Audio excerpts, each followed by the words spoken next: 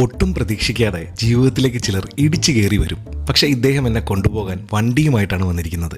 അതെ, ഞാനിന്ന് നാട്ടിലേക്ക് പോവുകയാണ്, എൻ്റെ സ്വന്തം പപ്പനാവൻ്റെ മണ്ണിലേക്ക്. ചിന്നുവിന് ഷൂട്ടുള്ളത് കൊണ്ട് കക്ഷിയോട് യാത്ര പറഞ്ഞ് മെല്ലെ ഇറങ്ങി. പരിചയപ്പെടുത്താൻ വിട്ടുപോയി, ഇതാണ് അർച്ചന ചേച്ചി. നേരത്തെ പറഞ്ഞതുപോലെ ജീവിതത്തിലേക്ക് ഇടിച്ചു കയറി വന്നിട്ട് സ്ഥിരതാമസമാക്കിയ ചിലരിൽ ഒരാൾ. സിസ്റ്റർ ഫ്രം അനദർ മിസ്റ്റർ എന്ന് വേണമെങ്കിലും പറയാം. ഒരു ലോഡ് കത്തിവെപ്പിനിടയിൽ ഞാൻ അറിയാണ്ട് ഉറങ്ങിപ്പോയി. കണ്ണു തുറക്കുമ്പോൾ ദേ മുന്നിൽ നമ്മുടെ ലുലു മോൾ. ട്രിവാൻഡ്രം ലുലു മോളിനൊരു പ്രത്യേകതയുണ്ട്, അറിയാവുന്നവർക്ക് താഴെ കമന്റ് ചെയ്യാം കേട്ടോ.